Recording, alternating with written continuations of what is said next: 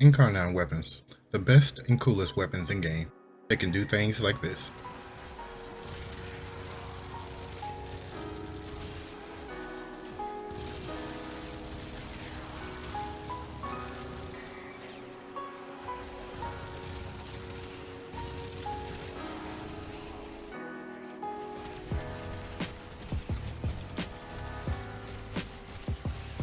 And I'm going to tell you how to farm them easily. Requirements to get Incarnon prerequisites. Warning, warning, new player detected.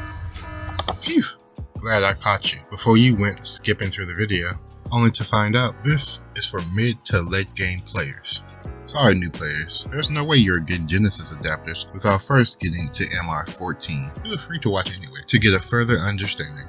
Now, for the rest of you, you're going to get real acquainted with the Devary Paradox, the circuit, and the long story, because all of the resources you need drop from these three missions. Well, all the resources for the Incarnon Genesis weapons, that is. The most common of the three types, and they are only acquired through Steel Path Circuit. If you want to spend plat to skip the grind, you can. Only a handful of adapters you can buy. So if you're here for the tutorial, hit that card back in your wallet or purse. I don't judge. Incarnons are great, but not all created equal. In fact, there are a few Incarnons that I like to call the original, made by Albert Entrati himself. And then there are some more faction-specific weapons, like the Wraith and the Vandals, but only being obtained through syndicates like the Zariman, as well as resource requirements from the Zariman. They might not be called the Zariman, but they're on the Zariman ship, with the original two weapons being obtained from disruption missions on Deimos. And here is that info. The rest of the Incarnon weapons, at the making of the video, are existing weapons you can install an Incarnon Genesis adapter to. Here's a list of all the weapons, but before we get into the resource requirements, let's get into the missions you will get them from. And first, my favorite, being a circuit. The circuit is an endless game mode that takes the players through the Undercroft. It can be accessed by completing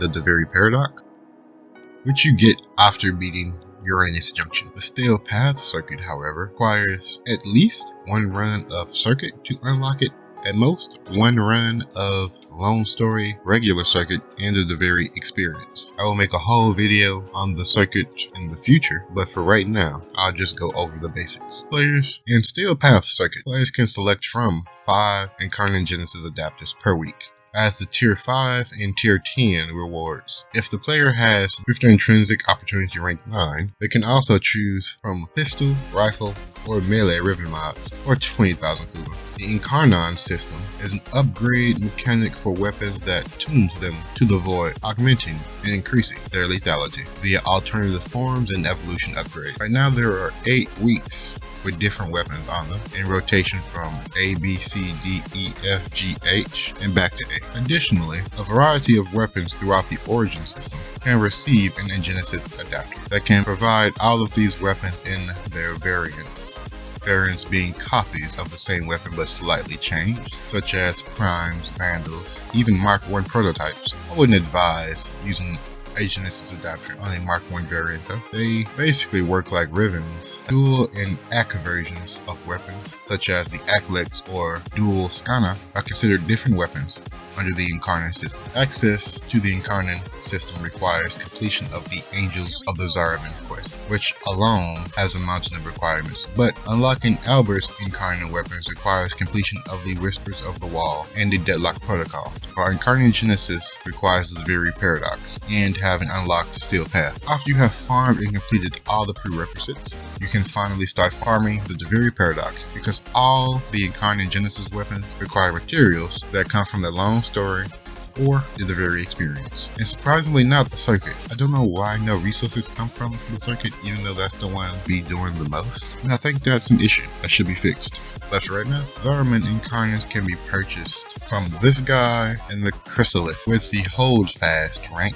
After completing the Angels of the Zariman, all 5 of the current weapon blueprints are Master rank 14 to purchase and tradable. Albert's Incarnon blueprints can be purchased from the Entrati. Alternatively, they can be gained as rewards from completing a disruption mission on Deimos. This guy can also remove Incarnon upgrades, return the Genesis adapter, but the resources used to install the Genesis adapter will be consumed. Incarnon Genesis adapters are obtained from the very circuit. How to make it easy. Like I said at the beginning, this is a mid to late game player mode. So for the circuit, this game mode, instead of diminishing returns, it has accumulating returns. So the longer you stay, the quicker will look, up to a cap at 5 missions. It's a factor, but not really as important as speed. Things that increase your speed are drifter intrinsics. 3 out of the 4 drifter intrinsic trees can help you make the farming easier.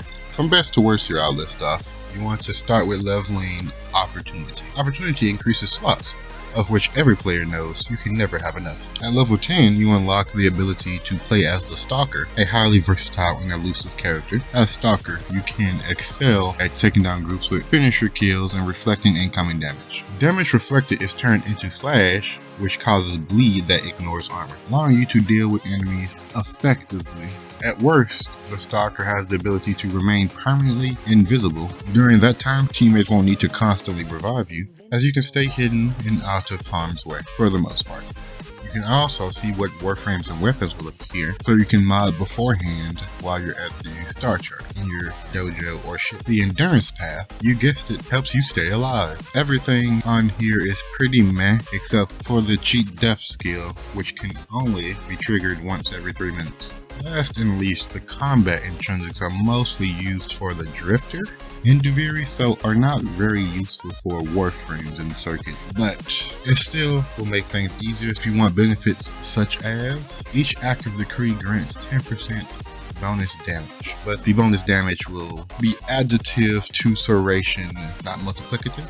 I'll add a picture of the rest of the buffs you can get from the combat tree here. And the last very intrinsic I didn't mention was riding. You can't use riding in circuit, but I'll still put the rewards on screen for those of you that are curious. Drifter intrinsics can be selected by using the Well of Golden Rings in the Dormy Zone and in Teshin's Cave. Here is a tier list for warframes who I think work best in Steel Path Circuit. This tier list is comprised of 7 categories. These 7 categories are little work, survivability, buffing and debuffing, scaling, healing, shielding and defending objectives, damage, and crowd control. That's what each warframe was judged based off of, and each category that a warframe has gives them 1 point, and that is their placement on the tier list. I will go further in depth in my circuit Steel Path guide video, but right now, this is it.